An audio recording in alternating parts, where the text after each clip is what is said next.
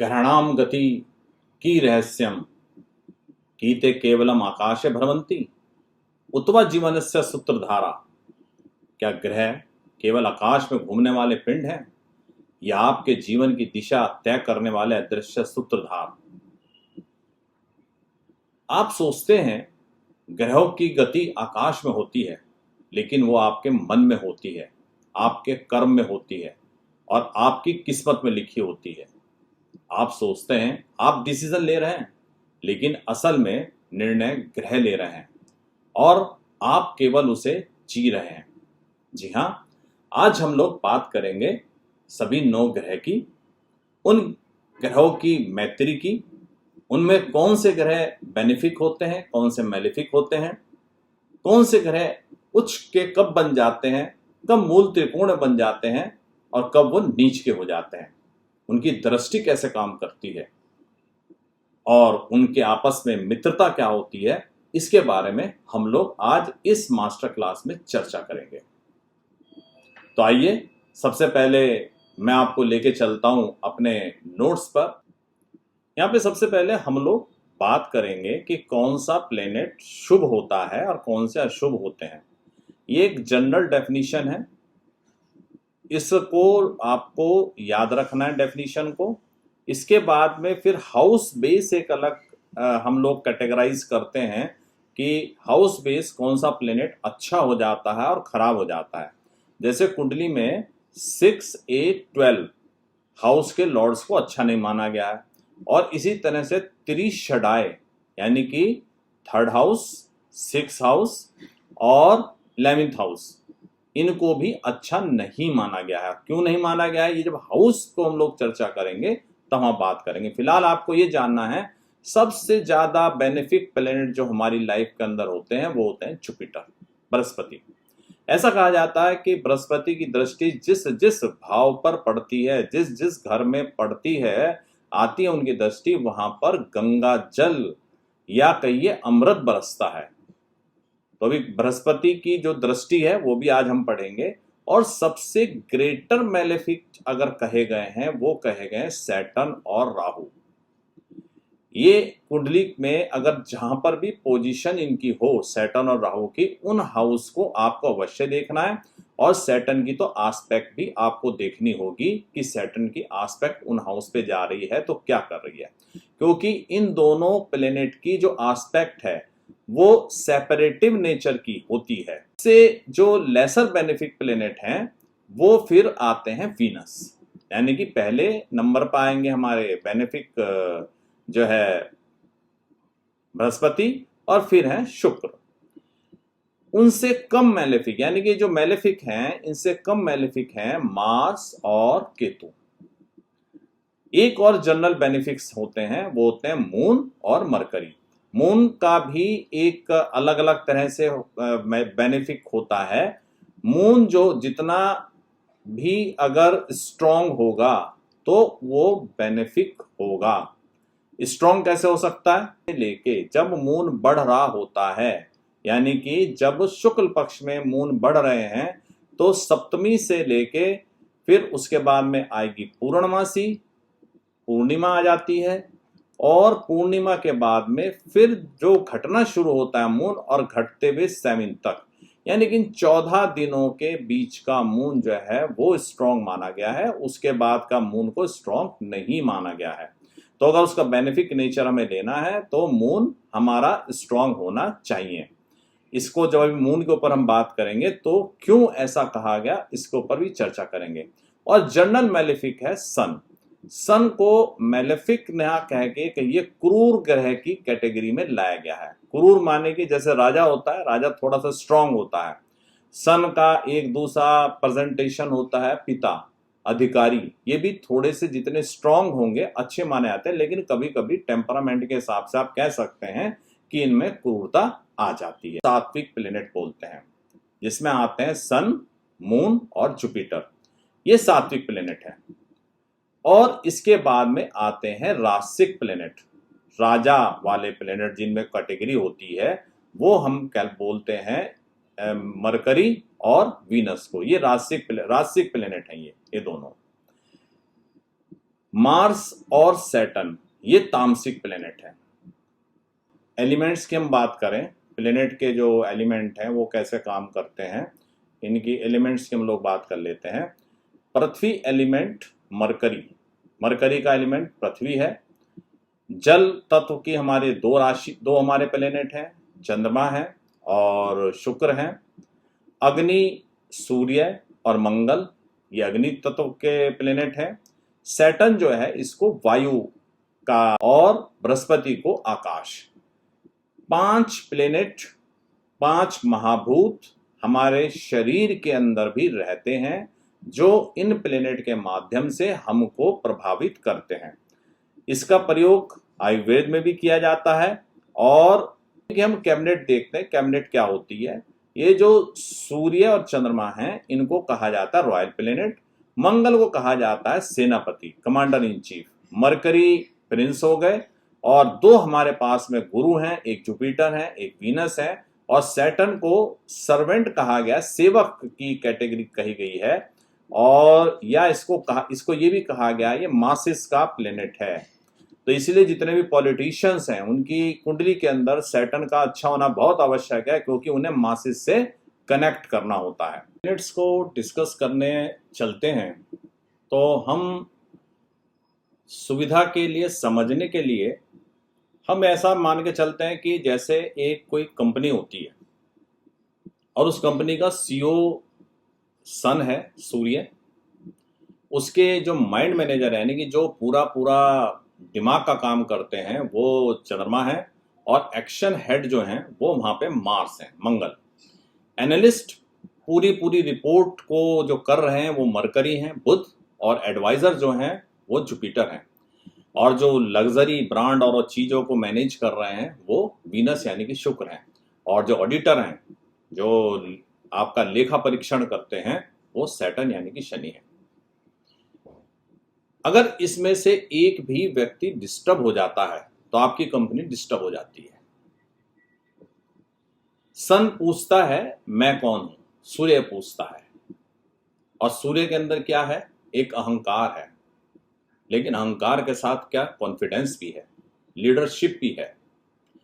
सूर्य परिवार में हम देखें तो फादर का कारक है, और वैसे गवर्नमेंट का कारक है, जो नौकरी में है उनके लिए बॉस का कारक है। जिस प्रकार से सूर्य के चारों ओर सभी ग्रह घूमते रहते हैं, अगर कोई भी व्यक्ति आपको अपने जीवन में ऐसा दिखाई देता है जिसके चारों तरफ सब लोग घूमते रहते हैं, तो समझ लीजिए उसका सूर्य स्ट्रांग है।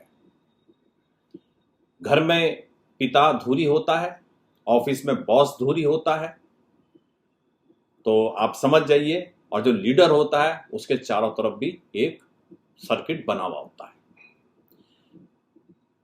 जो स्ट्रांग अगर किसी का सन होता है तो उसके में एक ऑफिसर का माइंडसेट होगा, लीडरशिप की क्वालिटी होगी, सेल्फ रेस्पेक्ट होगा। अगर वीक होगा तो हर चीज के लिए वो अप्रूवल मांगेगा, कॉन्फिडेंस का इशू आएगा, दूसरों पे डिपेंड हो जाएंगे। जो सन स्ट्रांग होता है वो अपने आप का राजा होता है, और अगर सूर्य वीक होता है तो हमेशा दूसरे के अप्रूवल उन्हें लेने पड़ते हैं। चंद्रमा क्या है, चंद्रमा आपका माइंड है, इमोशंस है। मून पूछता है मैं कैसा महसूस कर रहा हूं, मेरा मूड कैसा है, तो आपका माइंड हो गया। आपके इमोशंस मूड से देखे जाते हैं। आपकी मदर का स्वास्थ्य कैसा, मदर से कितना कॉपरेशन आपको मिलेगा, ये भी मूड से देखते हैं। और मूड से देखते हैं पीस ऑफ माइंड। अब हमारा डेली मूड कैसा रहता है ये भी मूड से देखा जाता है। प्रैक्टिकली अगर हम देखें तो अगर स्ट्रांग मून होगा तो आप शांत होंगे, स्टेबल होंगे, खुश रहेंगे, और डिसीजन जो हैं वो जल्दी से लेंगे। और अगर मून आपका वीक होगा तो एंग्जाइटी बनी रहेगी। जो भी एंग्जाइटी के पेशेंट हैं वो उनका मून एफ्लिक्शन में होता है। उसके आगे कॉम्बिनेशंस और भी हैं। ओवर थिंकिंग अगर आप कर रहे हैं तो आपका मून कमजोर है, और बार बार मूड स्विंग हो रहा है, आज अभी अच्छा लग रहा है, शाम को खराब लग रहा है, तो ये सारा मूड स्विंग पूरा मून से चलता है। लाइफ की जो क्वालिटी है वो मूड की क्वालिटी होती है। आप पे कितना ही पैसा हो, कितनी लग्जरी हो, आपका अगर मूड सही नहीं है तो आपको ना टीवी अच्छा लगेगा, ना म्यूजिक सुनना अच्छा लगेगा, ना वो बेड अच्छा लगेगा जिस पर आप लेटे हुए हो। बात करते हैं मार्स की। एक्शन है, एनर्जी है। आपकी बॉडी में जो पूरा हमारे ब्लड का जो लीनेज चला आ रहा है, हमारा जो परिवार है, डीएनए है, वो मंगल पूछता है मैं एक्शन कैसे लूं, मैं कैसे एक्शन लेता हूं। जहां पे करेज की आवश्यकता होती है, एनर्जी की आवश्यकता होती है, यानी कि स्पोर्ट्समैन हुए, जहां भी आर्मी हुआ, वर्दी वाली जितनी भी सर्विसेज हैं, ड्रेसेस वाली, चाहे वो सीआरपीएफ है, सीपीएमएफ है, बीएसएफ है, पुलिस है, पीएसी है, सब जगह मार्स का बोलबाला है। ये आपका गुस्सा भी है, आपकी फाइटिंग स्पिरिट भी है, और आपके छोटे भाई बहन भी हैं। हम इन लोगों का अगर स्ट्रॉन्ग मून किसी का होता है तो उनको आर्मी में, पुलिस में, एथलीट में एक अच्छा रुतबा उनको मिल जाता है। मून के साथ, मार्स के साथ में एक और चीज होती है, मार्स दोनों लोगों का अच्छा होता है। जो टॉप ब्रास होते हैं, जो टॉप ऑफिसर होते हैं, उनका भी मार्स अच्छा होता है, मंगल अच्छा होता है। और जो चोर होते हैं, जो क्रिमिनल्स होते हैं, इनका भी मंगल स्ट्रांग होता है, लेकिन नेगेटिव ट्रेट के साथ, राहु के एफ्लिक्शन में। तो यहां पहचानना बहुत जरूरी है, मंगल तो स्ट्रांग है लेकिन किस डायरेक्शन में है। रिस्क टेकिंग कैपेसिटी दोनों की बराबर होती है। क्रिमिनल भी बहुत रिस्क लेता है और उसको पकड़ने वाली पुलिस भी बहुत रिस्क लेती है। अगर ये मंगल आपका वीक होगा तो आपको फियरफुल, आप किससे भिड़ नहीं पाएंगे, लड़ नहीं पाएंगे, गुस्सा आएगा लेकिन एक्शन नहीं ले पाएंगे, और वो नतीजा आ जाता है फ्रस्ट्रेशन में। तो एक्सेसिस मार्स जो होगा वो एग्रेशन होगा, अगर मंगल कमजोर होगा तो डिप्रेशन में जाएगा। मरकरी बुध आपकी इंटेलिजेंस है और कम्युनिकेशन है। मरकरी पूछता है मैं सोचता कैसे हूं, मैं बोलता कैसे हूं, आपका लॉजिक है ये, आप कैसे लोगों से कम्युनिकेट करते हैं। और बिजनेस की जो स्किल है वो मरकरी से आती है, बुध से आती है। राइटिंग की स्किल भी आती है। आप एनालिसिस डाटा का जो कर पाते हैं वो मरकरी से कर पाते हैं। मरकरी अगर स्ट्रांग होगा तो आप एंटरप्रेन्योर भी बन सकते हैं, आप अच्छे स्पीकर बन सकते हैं, आप मार्केटिंग में बहुत अच्छा कर सकते हैं। लेकिन अगर कमजोर होगा, कंफ्यूजन बना रहेगा, डिसीजन नहीं ले पाएंगे, कम्युनिकेशन इश्यूज आपको होंगे, गलत डिसीजन आप ले लेंगे। तो मरकरी स्ट्रांग के दिमाग में हमेशा पैसा घूमता रहता है, बिजनेस कैसे करूं, पैसे को कैसे बढ़ाऊं। जुपिटर आपका बृहस्पति विजडम है, गाइडेंस है, विवेक है। जुपिटर पूछता है मेरा मार्ग क्या है, मुझे किस रास्ते चलना है, मेरे गुरु कौन है, मुझे कैसे नॉलेज प्राप्त करनी है, मेरा धर्म क्या है, मेरा वेल्थ क्या है, और मेरे बच्चे कैसे हैं। ये सब का सिग्निफिकेटर है बृहस्पति। और स्ट्रॉन्ग बृहस्पति का एक गुण ये होता है, बहुत ही इथिकल होते हैं, बुद्धिमान होते हैं, और रेस्पेक्ट देते हैं, और रेस्पेक्ट उनको मिलती भी है। लेकिन अगर कमजोर होगा तो वो गलत गाइडेंस देंगे, और उनके जजमेंट भी पुअर होंगे, और हमेशा मॉरली कंफ्यूज रहेंगे।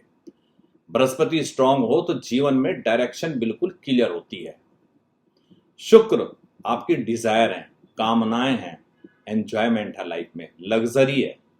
वीनस ये पूछता है कि मुझे क्या अच्छा लगता है और क्यों अच्छा लगता है, ये नहीं पूछता, बस ये मुझे अच्छा लगता है।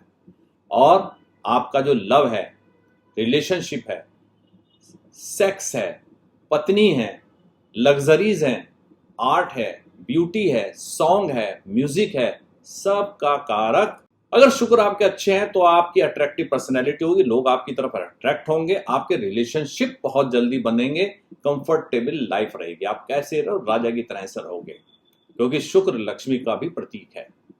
और अगर शुक्र कमजोर है तो रिलेशनशिप के इशू रहेंगे। शुक्र आपका मंगल के साथ है, रिलेशनशिप के इशू शुरू हो जाएंगे, कोई सेटिस्फैक्शन नहीं होगा लाइफ में। जिस भी हाउस में बैठे हो, प्लेजर, आप घर में सब चीज होगी लेकिन आप प्लेजर नहीं ले पाएंगे, आप घर से बाहर ही घूमेंगे। घर में एसी होगा लेकिन आप धूप में घूमते रहेंगे, क्योंकि प्लेजर नहीं है लाइफ में। शुक्र प्लेजर का एक वो है। स्ट्रॉन्ग शुक्र जो होता है वो जीवन में रस लेके आता है, लोग ऐसे लोग जीते हैं जीवन को। और शनि क्या है, वो कहता है मैं कर्मों का हिसाब करूंगा, मैं रियलिटी में आपको लेकर आऊंगा। और शनि ये भी पूछता है कि तुमने सीखा क्या है लाइफ में।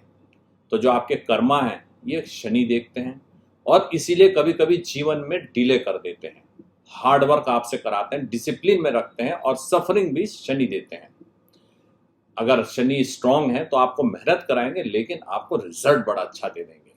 आपकी लाइफ स्टेबल हो जाएगी, लॉन्ग टर्म सक्सेस भी आपको मिल जाएगी। लेकिन अगर शनि वीक है, आपको डर रहेगा, कामों में डिले रहेगा और हमेशा आप स्ट्रगल करते रहेंगे। शनि आपको पनिश नहीं करते हैं, शनि आपको ट्रेनिंग देते हैं। तो शनि का जो महादशा होती है उसके अंदर भी ऐसा होता है। व्यक्ति जब शनि की महादशा से निकलता है ना, तो लगता है कि हाँ, मैंने कुछ गेन करा है। शुरू में बहुत मेहनत कराता है, स्ट्रगल कराता है, लेकिन एंड ऑफ द महादशा उसको गेन मिलता है। इसी एंड ऑफ द 7.5 उसको गेन महसूस होता है। अब बात करते हैं राहु की, जो कि ड्रैगन हेड है। ये ऑब्सेशन है और इल्यूजन है। इसको तो एक ही डायलॉग है इसका, ये पूछता मुझे सब चाहिए और अभी चाहिए। यानी कि डिजायर का कोई अंत ही नहीं है। फॉरेन से भी कनेक्शन इसका निकालना होता है तो राहु को हमें देखना होता है। टेक्नोलॉजी और खास करके एआई और कंप्यूटर, ये राहु का है। इल्यूजन, जहां पे इल्यूजन क्रिएट हो जाए। करोड़ों रुपए की, लाखों रुपए की कंपनी होगी, कहां पर आगे छोटी सी हार्ड डिस्क में लेके आप घूम रहे हैं। ऑफिस किराए का, जो वहां काम कर रहे हैं वो नौकरी कर रहे हैं। फर्नीचर किराए का, और आपकी सारी कंपनी कहां है? छोटी सी एसएसडी में है। ये इल्यूजन है। लेकिन जब वो खुल के सामने आता है सिस्टम के ऊपर, तब पता लगता है क्या सॉफ्टवेयर आपने बनाया है। तो चाहे गूगल हो, चाहे ओला हो, चाहे उबर हो, इनकी कोई टैक्सी नहीं है, लेकिन सॉफ्टवेयर है। फेम का भी ऑब्सेशन होता है, सोशल मीडिया का एडिक्शन होता है, और अचानक से राइज करने का एग्जाम्पल भी इन्हीं से मिलता है। केतु क्या है? वो डिटैचमेंट है, स्पिरिचुअलिटी है। केतु कहता है इसका क्या मतलब है।